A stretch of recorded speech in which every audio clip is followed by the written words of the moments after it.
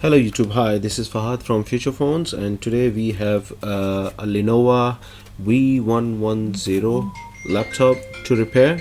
This laptop is not powering on, and on initial check is showing the shortage on the main power rail, which is the 19-volt rail. And when this happens, then some sort of heat builds up in a capacitor or in some MOSFETs. So we are going to test and diagnose where the shortage is, and in this video we will go through as a beginner's perspective. We do not have a board view for this board, but however we have a schematic, so we will go through schematics as well, and we will check and diagnose if the MOSFETs are okay, and we will probably inject the voltage as well to find out where the heat is and where the shorted component is. So without any further delay, let's go ahead and fix it. Right, so what I have done on this laptop, I'll go in this camera and here. So this is the laptop. I have connected the charging port, and my power supply unit is set to 19 volt and 5 amps. You can have a look here. Here, look, 19 volt, and it's set to 5 amps. So, and I will inject this power into the charging jack, and we will see if it is really shorted, and what sort of ampere is drawn by the power in the power supply by this board. So what sort of power is drawing actually. So that's what we are going to test. So everything is ready now, and you see these green light, this is the power on button, and now we have a CC as well. If there is any shortage, then this button over here, if you look here, follow the finger here, this button is a CC button, this will go red. So if there is a shortage on the main line, this is the indication you follow. And one more thing before I inject power into this laptop, whenever there is a shortage on the main rail, on the 19 volt rail, so we are not going to leave it connected and let the board heat up, or the components that have gone bad, we are not going to let them keep pumping the power in, because if we do so, we can it can make more problems into the board. So maybe the MOSFETs or the capacitor, they will burn, and adjacent parts will go faulty as well. So if there is a shortage, we will check and we will remove it instantly. So let's see. I'm going to connect the charging port, and I will press this button, and you see here now it's gone red. So there is definitely a shortage on the main rail, which is the 19 volt rail.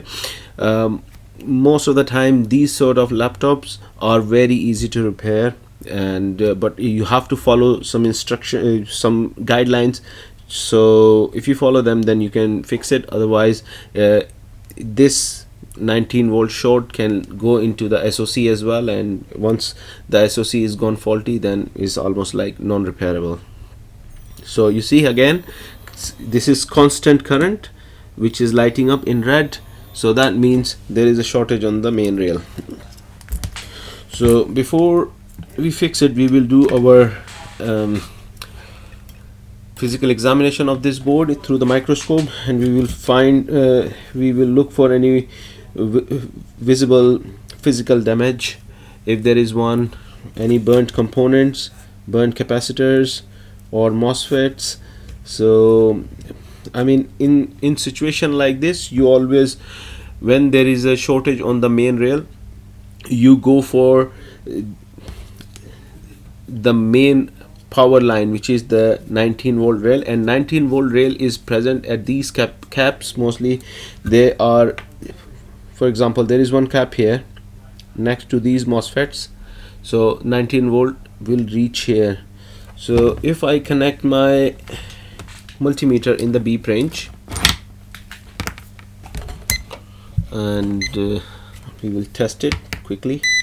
So I'm connecting my black probe to this power which is coming from the DC jack. This is the 19 volt in. Hopefully you can see that. Yeah, so this will come to one of the capacitors next to these MOSFETs. So we will go and check. If this beeps, then it is connected to this DC line. No, okay, no problems. Probably here. Then let me just do the beep check first. Okay, beep check is fine.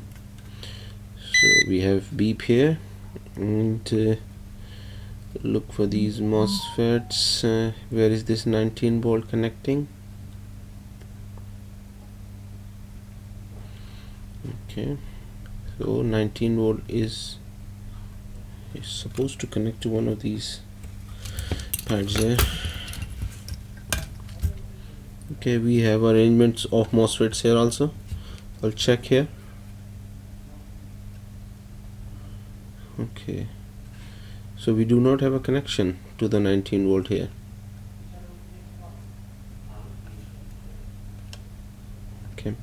Okay, we will go one by one.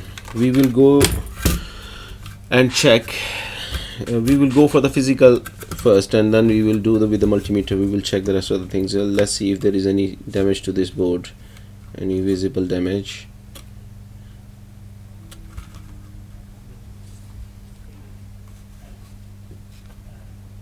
This cap looks a bit, but this is okay. There was some dirt on it. So the board looks neat and clean. This side is very clean.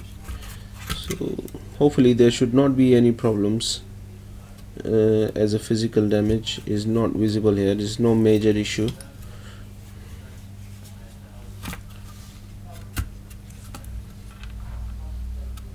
Okay,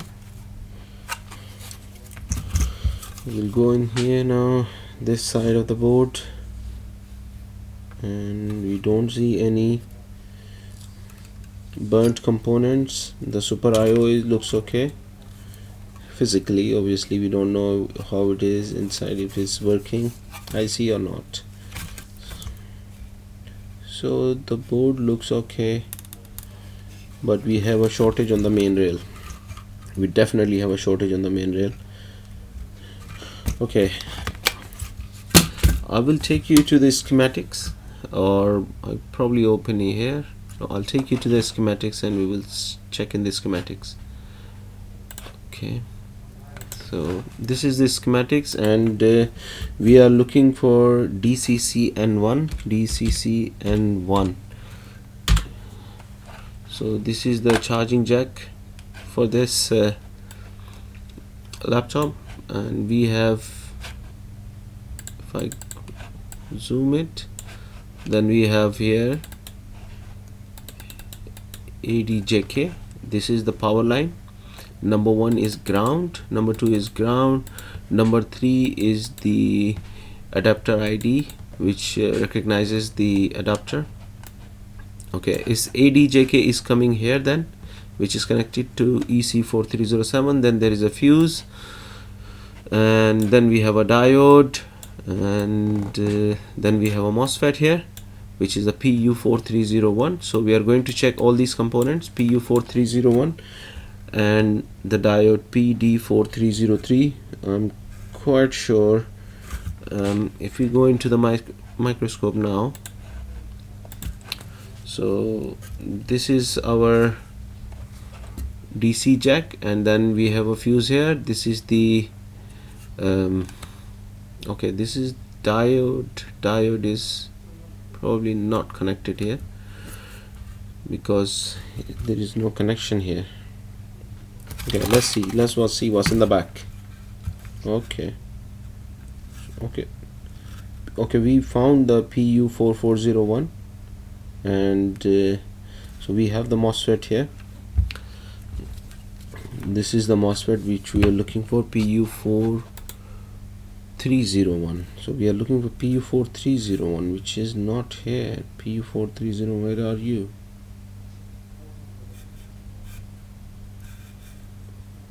Alright, that's the one, PU4301. let's see, this is the PU4301. you can see now this is the PU4301, and we are going to test this area. So there is arrangement for first MOSFET, second MOSFET, and then we have a current sensing resistor here, and this is probably PU4402. This is the third MOSFET. This could be the MOSFET for the battery. So we will check these MOSFETs first. I'll put my probes into the diode range and diode mode. Okay, so we will check these MOSFETs.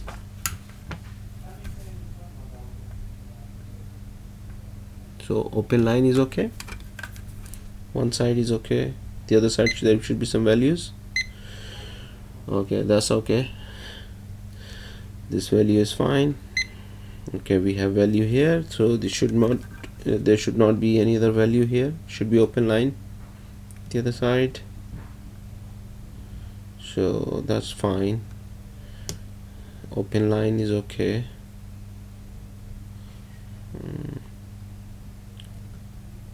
This does not mean anything. If I just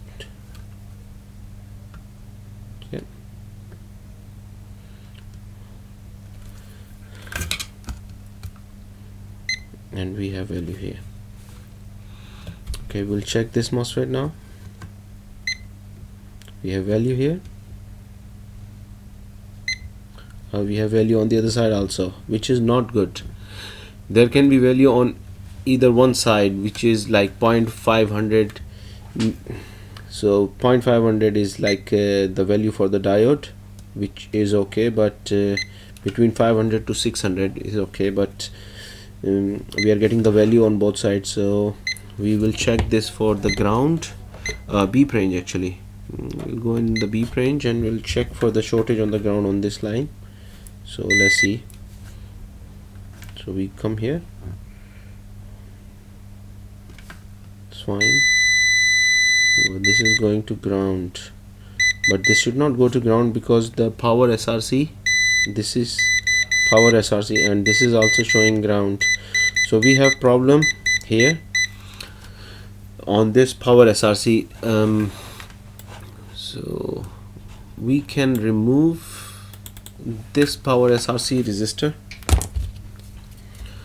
and check which side of the power SRC we have. Sorry, not power SRC. If I said power SRC, that's wrong. This is the current sensing resistor. We will remove it. This current sensing resistor gives power to DC bat out and power SRC. So I wasn't that wrong actually. So if you go into the microscope, I'll show you. Look, so this is what I was talking about. ADID is here, AD plus. So if I just go AD plus and press once, twice, okay, we have AD plus here. Look, this is the AD plus I was talking about, and we have one MOSFET here, and then we have the DC bat out here, which is the PR1102. So from there the power goes to the board through the DC bat out, and this DC bat out is distributed to all the MOSFETs, which do the switching and provide the required voltage to the board. Now we go back into the microscope. We'll remove this current sensing resistor.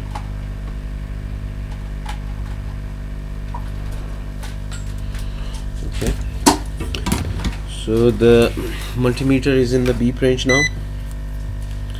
I will check for the short to ground, which side of the current sensing resistor is the ground. So we do not get ground on this side, so these two MOSFETs are okay. So but we do get short to ground on this side of the MOSFET, sorry, current sensing resistor. So this current sensing resistor is connected to this MOSFET, so you can see that this is also showing ground. Now I can take the components off one by one on this line, and it can take me a while because there will be so many components, and then we can trace where the shortage is. However, we have the other method which is called the voltage injection. For voltage, when we inject the volt, then if there is a component which is short to ground, that component will heat up, and we will check the physical, and we will check it with the multimeter also. If that component is faulty, we will remove it, and most likely the board will be okay then. So let me just put this. Okay, for power injection, I can tell you one thing, like try and keep these ground and power to as close as possible, so that helps when you are turning the board round from bottom to top or top to bottom. You can easily turn it round if both ground and the power, they are connected nearby. So we will use this screw hole for the ground, and we will use this part for current sensing resistors pad. We will use this for power. Okay, my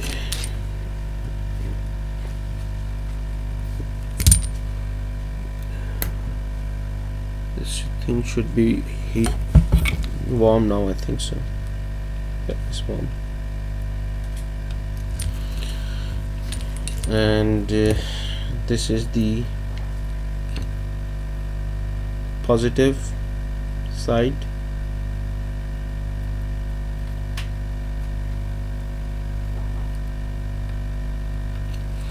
Okay, for voltage injection, we know that this is a 19 volt rail, but we won't inject the 19 volt into this line.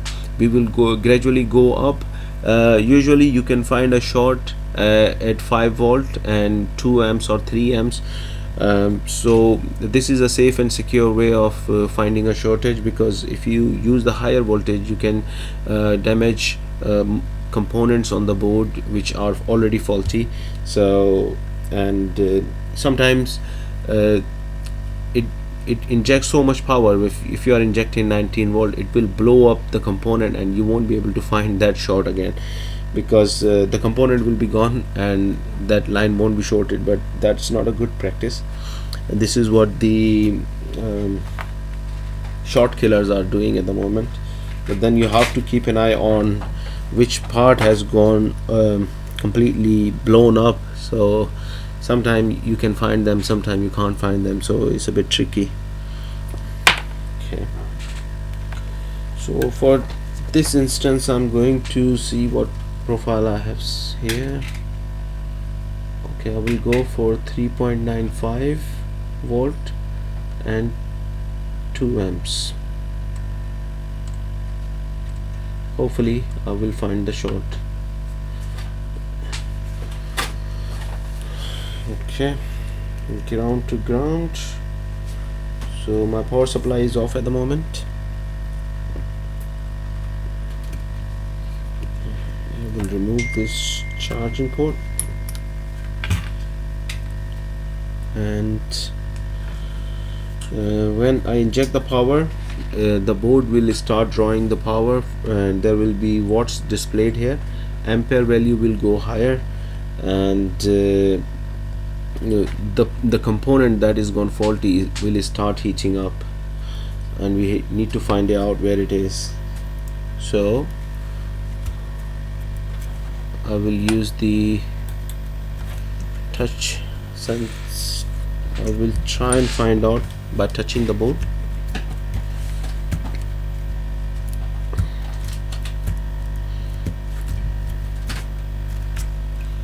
Okay,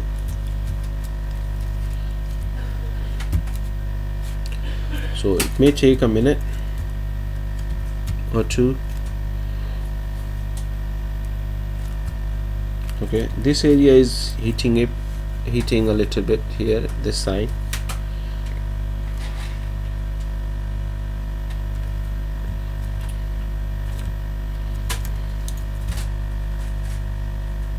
Okay,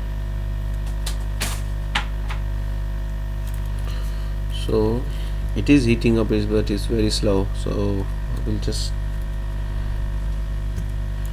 I will use my FLIR thermal sensor camera, and let's see if we can detect where the heating component is. This is what I'm using at the moment, FLIR camera, and hopefully we will detect the shortage. So my FLIR or thermal sensor camera is ready. Now we will inject power and try and find out where the shortage is. I am quite sure something is heating up in this area, but there is nothing here. So there is only one cap, but we will give it a go and see. So you can see this area is heating up. So we have one cap here, this side. You see that it's heating up. So just power it off and let's see. So we know that there is something wrong in this area, so we will just check, just some power, see what's in here. Okay, and we have only one cap here. So has this cap gone faulty? That's the question. So let's check with the multimeter what this cap is doing, if it's short to ground. Okay, yes, it is short to ground.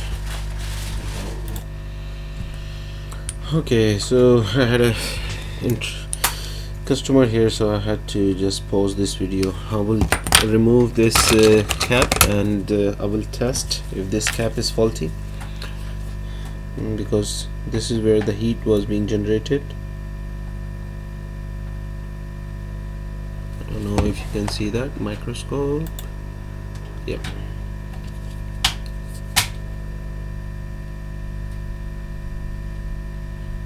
Come on. Okay, let's check this cap. So this is the beep check. So this cap is okay, I'm quite sure. Okay, this part is ground, this line is ground, this is ground. So this is one track, the ground track, you can see that this is ground, but this is the power line, 19-volt power line, and we had a heat signature here, but this cap is okay. So it is quite possible on the other side of the board. We need to investigate what is behind this. So I'll put this cap back on.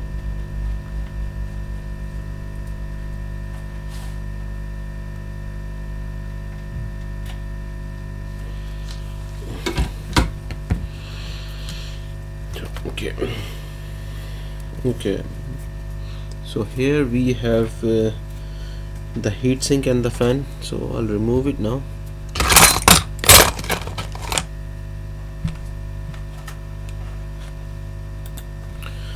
So let's just remove this.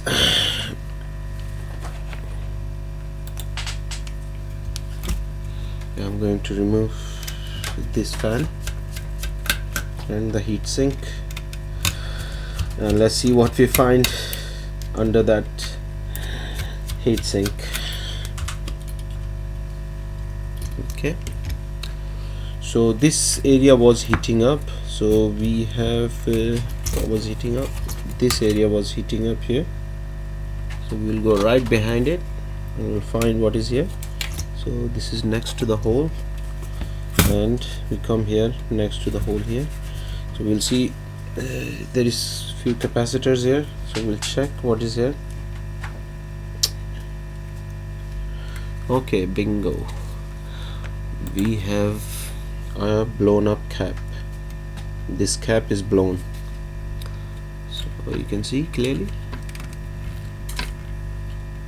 So although the heat signature was coming from the back, it is quite possible this cap was heating up so much that we could see the heat behind the board, and that was my guess. I thought that capacitor was faulty, but that cap was okay. Now we are going to test this cap. It looks physically broken, so this is broken. Let's remove it.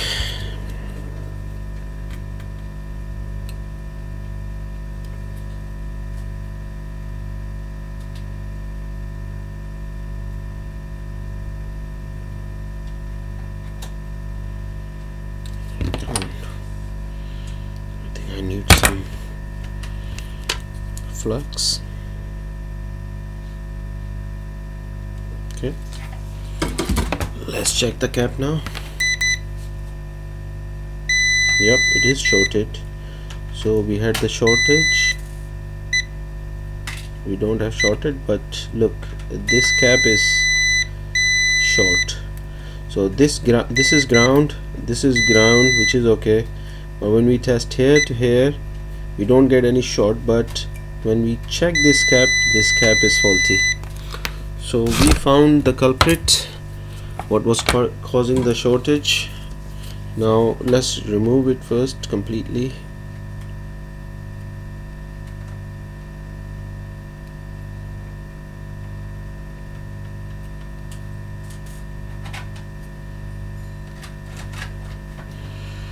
Okay, I think I have a similar cap here in the replacement. I'll go for the same size cap. I'm quite sure that will do the job.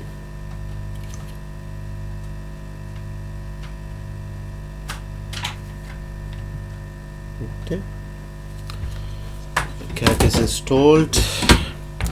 Let's look for the shortage. Beep check, ground check. This is ground, which is okay. Okay, this cap is also faulty. What? This is a faulty cap. Let's remove it. So this cap is faulty also.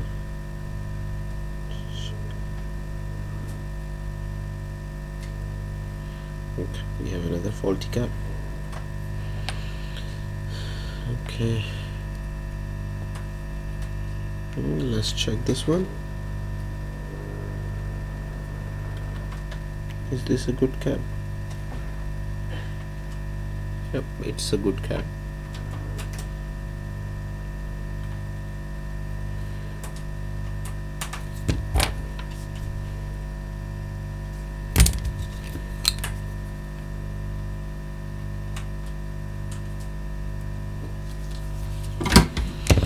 Okay, let's do the beep check, ground check, ground, and we don't have a shortage. Look, we don't have the shortage now.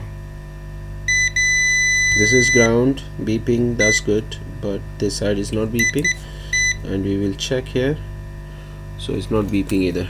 So I'm quite sure we have fixed it now, but there is one more check that we need to do. Before we do, we're just going to clean this, because the problem in this area has been resolved.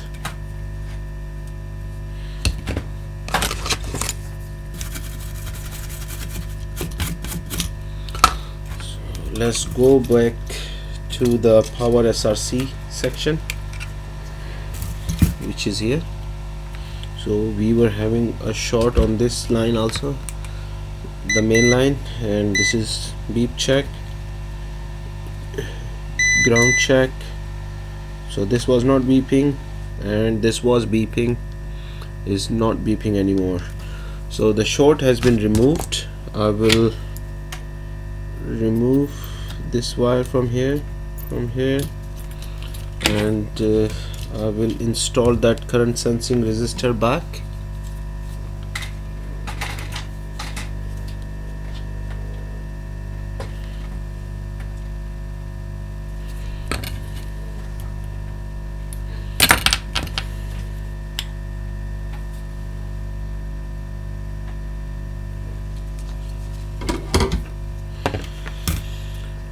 And Let's put this fan back on.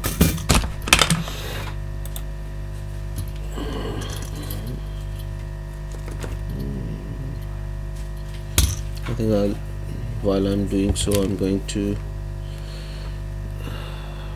fix this also. This paste is dry. I just give it some new life to the processor.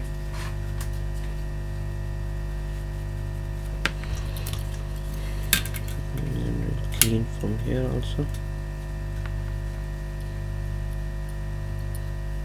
That should be enough.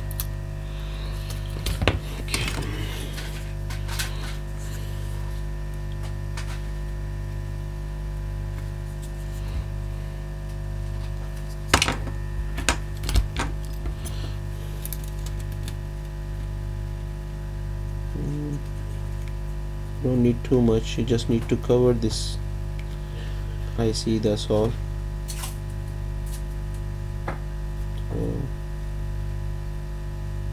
So quite sure this should be enough.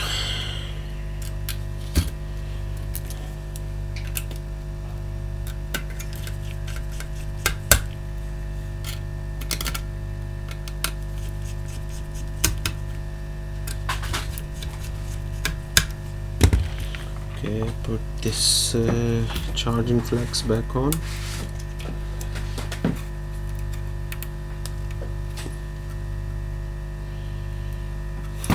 Okay, let's see if it powers on now.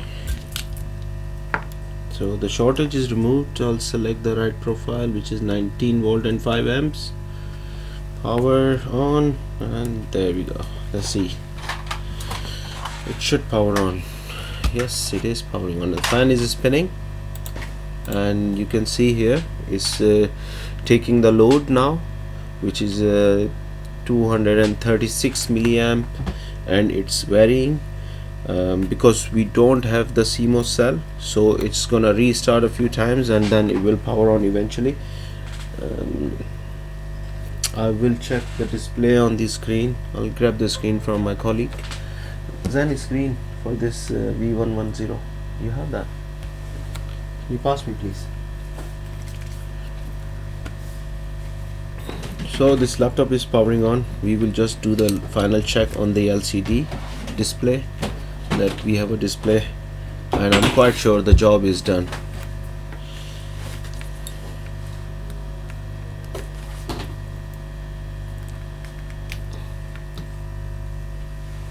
Thank you. Okay, so how I'm going to place this? I'm going to place it like this.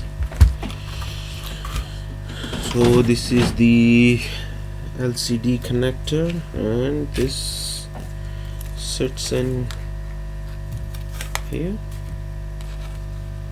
and so the fan goes like this, so this will sit in like this. Okay, so I'm going to install the LCD connector, keep it away from this board. I think there was some metal plastic shield for safety, so which we will look into it later. Power off, connect the charger, and power on, and wait for the display. If we get a display, this laptop is going to be closed. Fan is spinning and is taking the load also. Again, yes.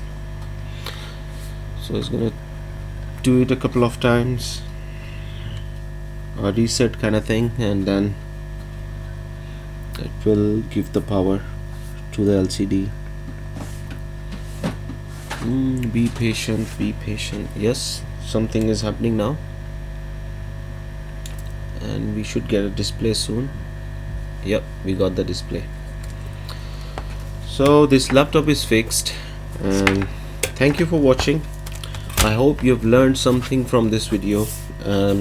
If you like these kind of videos, and if you have the interest in watching videos like this where we will describe the problem and we will diagnose it and we'll fix it, if you are interested, please like and subscribe to this channel, because we are going to add more videos for more repairs. Some MacBooks and HP laptops are next in line, so we'll make videos for them. If you are really interested, do subscribe to this channel. You will learn a lot. I hope you must have learned something from this video. Thank you for watching. See you again in the next video.